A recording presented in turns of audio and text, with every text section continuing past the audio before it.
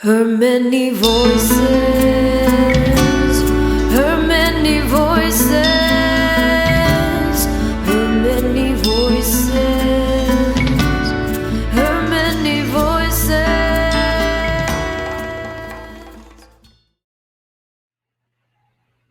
All right, welcome back, everybody. Welcome to Celebrating Indigenous Wisdom for Modern Challenges. This is our, I believe this is our third section of the day. It's either the second or third section of the day. We've been going since 8 o'clock Colorado time this morning, and we'll be going until about 8:30 this evening, Colorado time. But right now, I have the pleasure of introducing Corinna Gore, the founder of the Center for Earth Ethics. Thank you so much for joining us today, Corinna. I know your schedule's busy, so when you said yes, you would love to join us, I was just so grateful. Thank you. Thank you so much, Alicia. It is such a pleasure to be with you, and I'm honored to be part of this extraordinary gathering. I want to say thank you to you and also to Her Many Voices for hosting this beautiful event. And also I want to say happy Earth Day. Earth Day is a very significant day. It's not a random sort of hallmark designation of a holiday. It really does mark a time 51 years ago today in which there was a new wave of awareness around the fact that we share this home, this beautiful living planet, and it is under threat. And the first Earth Day did lead to new laws and policies, the Clean Air Act, the Clean Water Act, the National Environmental Policy Act. I'm speaking from the United States of America context, which is my context.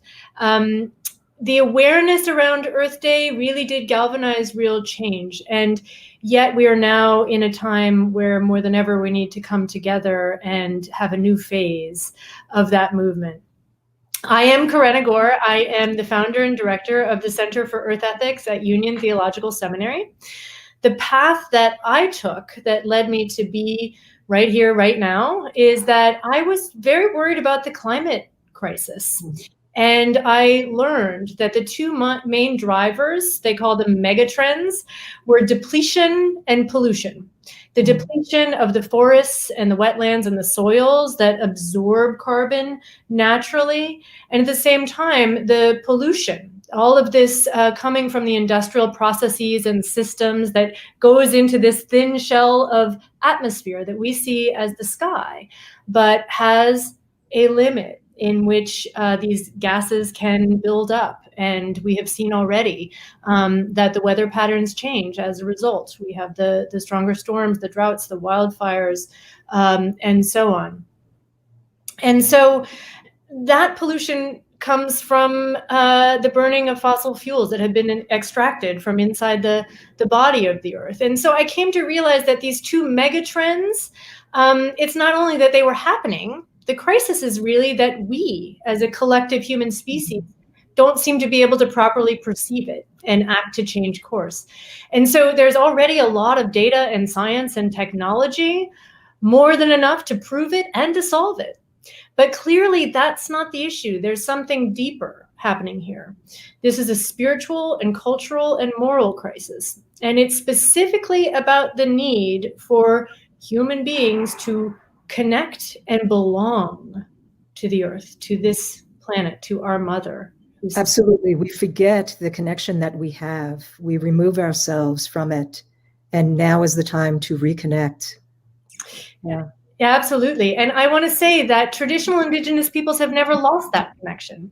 That is why they warned us for so long about the trajectory we're on and have done their best to tend to their own cultures and traditions, even amidst the genocidal forces of colonialism and neocolonialism. And so we know today 80% of the world's remaining biodiversity is in the hands of Indigenous peoples. And we can see why they are so gifted in helping so many of us understand how we got to this point in order to help us break free, break through, and come back into balance and peace. And so at Center for Earth Ethics, we have this cornerstone program, the Original Caretakers Program, which exists to honor, learn from, and support Indigenous peoples. And I am here to introduce the woman who is now the senior fellow for original caretakers at Center for Earth Ethics, who is a friend and somebody who I deeply respect as an elder, and that is Mona Polacca. Mona is a teacher, a facilitator, and a thought leader. She's an enrolled member of the Colorado River Indian tribe, has held positions of responsibility within that community. She's also an elder of Havasupai, Tewa, and Hopi descent, who is guided by the original instructions of these peoples. And she's the founder and president and faculty member of the Turtle Island Project, a member of the Healing the Border Project, which is an Indigenous Alliance Without Borders project. And she's a founding member of the International Council of 13 Indigenous Grandmothers. She works so beautifully as a teacher for so many people, with water, with women, with cultures, with communities, with understanding all the dimensions of this challenge that we're in. And so I am truly honored to present to you Mona Polacca. Thank you. It's an honor to have you, Mona. Thank you very much. And thank you, Corinna, for that beautiful introduction as well. Mona, thank you for joining us today. Thank you. First of all, I'd just like to greet each and every one of you, Camus, which is a greeting to each and every one of you of this good day, this day that is set aside to acknowledge and recognize the gifts and the blessings of the love and compassion of our Mother, the Earth. And I come to you. I am on the traditional lands and territory of the Tohono O'odham Nation in the Tucson, Arizona area, southern Arizona. And I am of the Havasupai, Hopi, and Tewa people, the people of the blue water and the people of the peace, the Pueblo people. So I'm grateful to be here. Thank you very much. I'm glad that I could be part of this program for many, many, many years. As I was growing up, I have heard from my elders about the what's called the original instructions.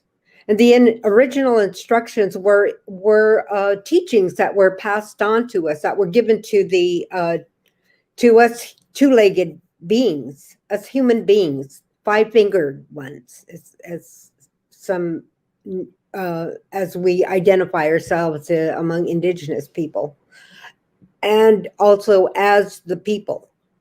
And all over the world, there are these human beings who have not separated themselves from the land, from the water, and all of nature. And these are Indigenous cultures that have an unbroken chain that extends back from that time, we say, when we originated into this world. And from that time, we were told and given instructions about how we were to live here on Mother Earth and how we were to take care of her, because she takes care of us. And that we would pass this knowledge. It was our responsibility to pass this knowledge on, and our way of being, our way of living, to pass it on to our children, grandchildren, and the future generations, that we were to maintain this a way of our ethics and our heritage of how to live here, how to live on Mother Earth. And so we have been carrying on throughout the world. Indigenous people continue to maintain their original instructions on how to live in the part of the world where the Creator put them, and also that it's also our. If you look at the world, if you look at Mother Earth, you will see that just as Karena just mentioned, that the Indigenous people steward 80% of the global biodiversity. And if you look at Mother Earth, you would see the contrast between where the lands of the Indigenous people are that remain pretty much the way it was when they originally established themselves here on Mother Earth at those locations. So we have been carrying on these ways, and if you look at the various regions of Mother Earth, how let's say, look at the Arctic Circle, the people of the Arctic, and how they live and how they are able to sustain themselves in the Arctic, where I know I certainly wouldn't be able to go up there and be able to adjust or survive in that environment. And on the other hand, the Indigenous people of the Arctic, to come down into the desert lands of southern Arizona, or else to go to the desert lands of Africa, they would not be able to survive.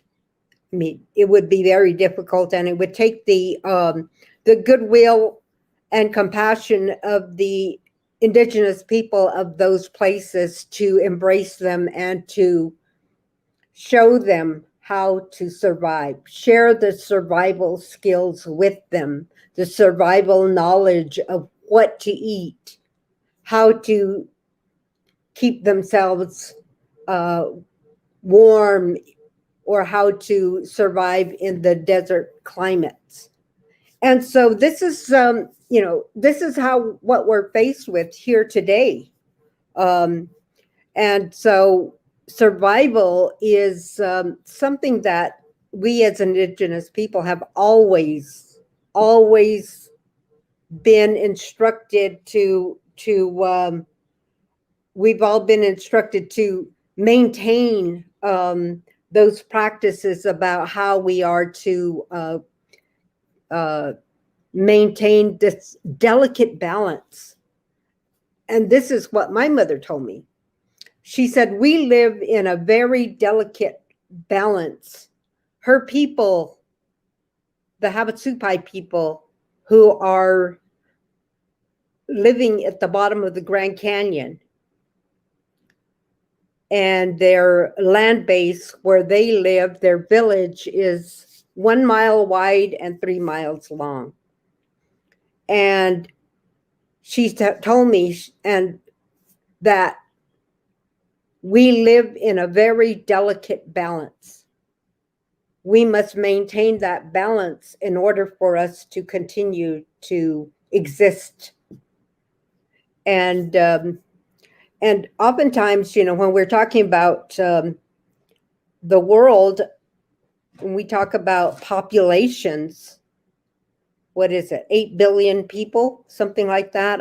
I'm not sure anymore, but I know when it comes to us as Indigenous people, for instance, again, the Havasupai people, there are about, let's say, at the most 800 Havasupai tribal members.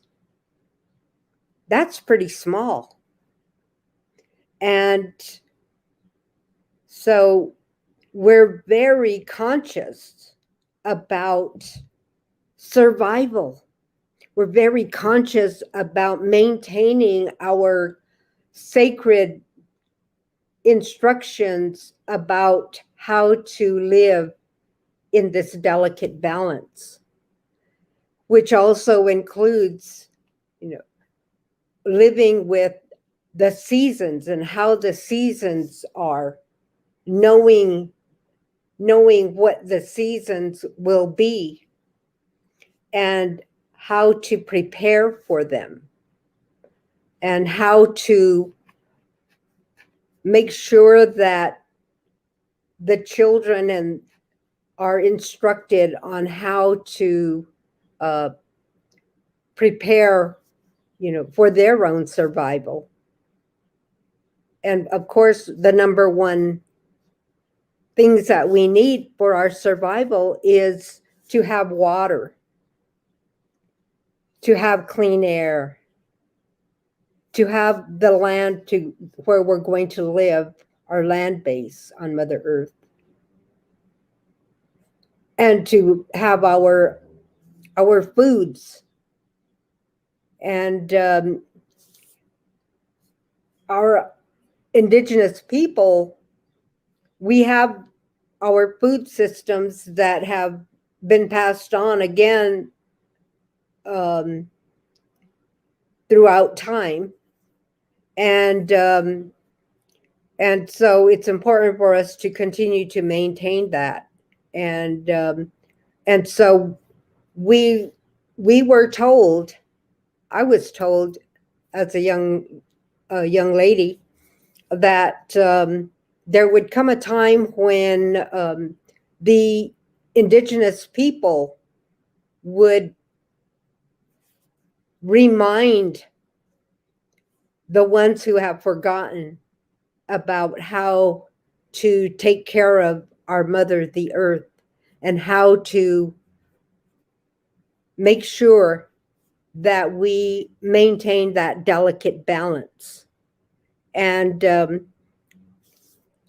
so our voice today is being included, and I'm really grateful for that. That the Indigenous people are being able to come to the table, so to speak, to share the knowledge and the wisdom of the original instructions.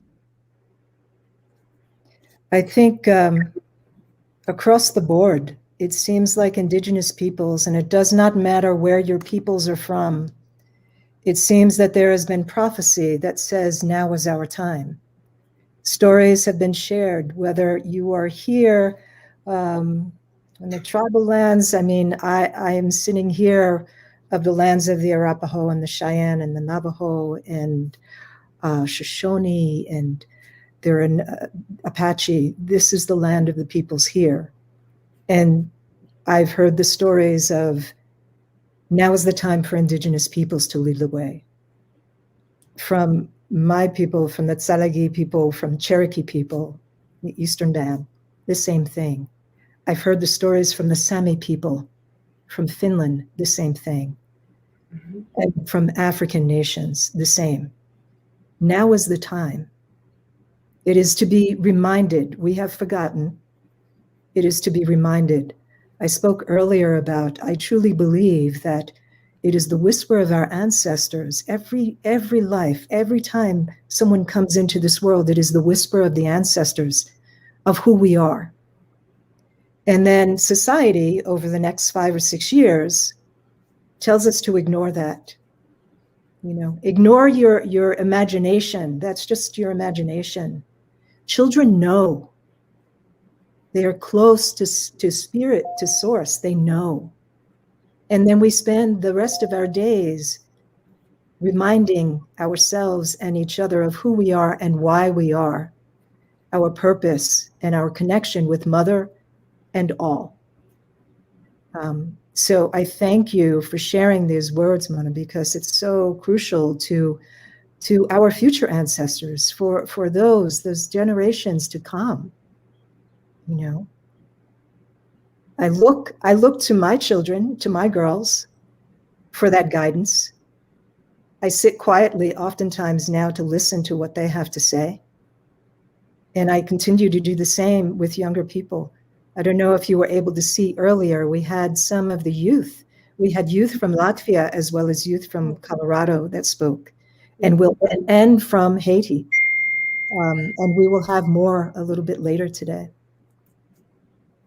Wow. Yeah. Great. Yes. It's important to include everyone. Absolutely. Absolutely. And it's certainly because we lost our way along the way, and we've left a little bit. Actually, we've left a large mess for our future, for our children and theirs. Mm-hmm. So we have an obligation and accountability that we have to atone for. Right. So, and it's in your leadership and yours as well, Corinna, that those changes get to happen. This awareness is key. You know, there are a number of people we cannot, they don't know what to do until you tell them. Right. It's Right. not so much of a denial for them. It's just, I need guidance. Maybe I don't have an awareness. How many came to the lands when it was Dakota Access crisis moment, which still continues? How many from all over the world came in support of and said, how do we help? And also, how do we relate to this on our own lands for our own people when we go home?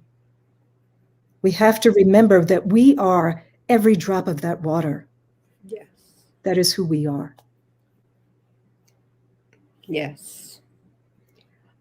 I think that one of the things that many times is overlooked is that, you know, when I think about the water, I think, well, how old is that water? Mm-hmm. You know, and it's not just right there. It comes from a watershed, from the ridge, we say, from the ridge to the reef.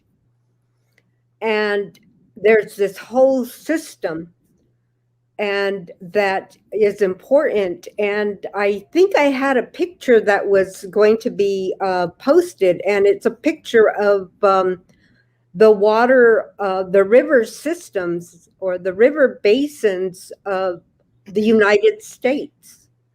And I'm not sure if they have that picture to put up, but I wanted to show that picture because what it does is, if you haven't recognized or you don't understand what we mean when we say the earth is our mother, that it is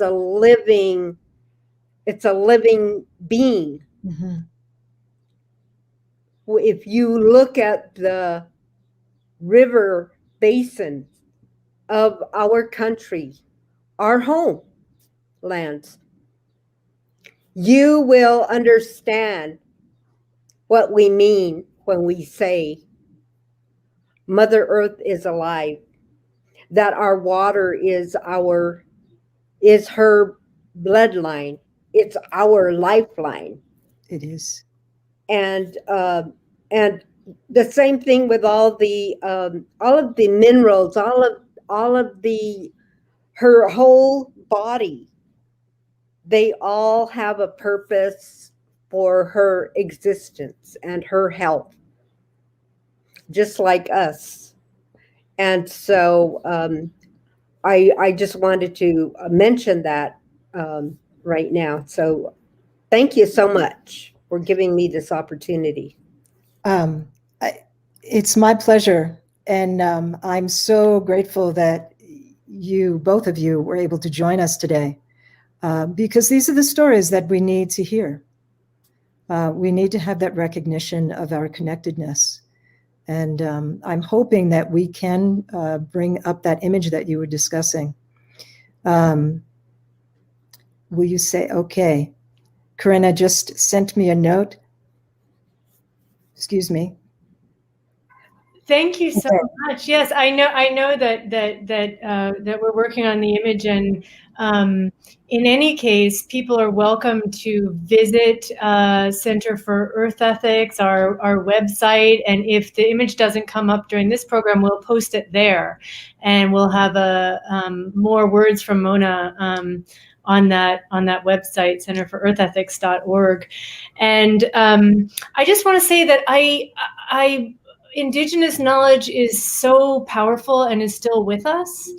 And the way that many of us, and I'm speaking from Lenape land, apologies for not saying that at the beginning, but those of us who are in this process of understanding the context of our time and our place and our situation, and are seeking to live in balance or seeking to reconnect.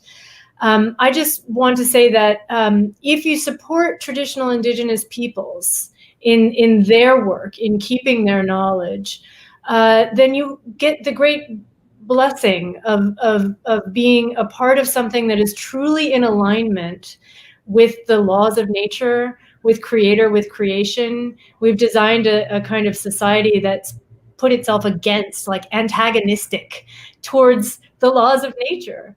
And it is such a blessing that we are able to have teachers and guides to help us find our way back, to be in alignment and balance that way. So I appreciate the opportunity to share this conversation and to continue to learn from Mona. I thank you, Alicia, for your vision and leadership, and everyone at Her Many Voices. Thank you.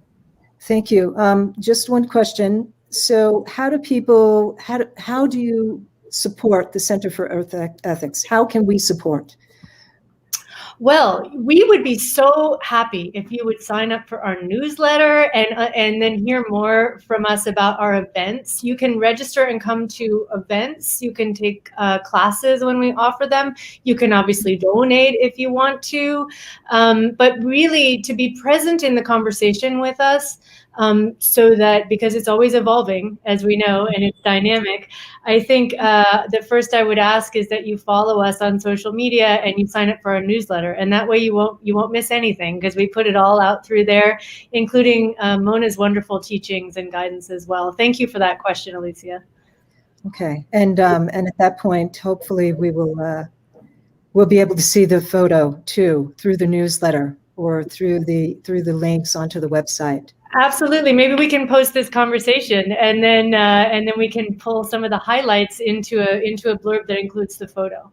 That would be wonderful. Yeah. Ladies, any other information or wisdom you want to share before we sign off? I'll just sing a little song real quick. Okay. Wonderful.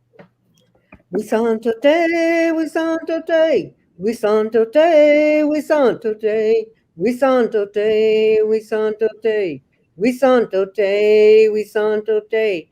Pakaunivam, pakaunivam, pakaunivam, pakaunivam, pakaunivam, pakaunivam, pakaunivam, pakaunivam. Escali, escali, escali, escali. Blessings to everyone. Blessings to our mother, the earth. That was beautiful, Mona. Thank you so very much. Thank you. Much. All right. Ladies, have a beautiful and blessed rest of your day. We are now traveling across the pond to, well, Numba is actually from Tanzania, but he is right now in Kenya. I'm hoping you will stay on and watch what he has to share.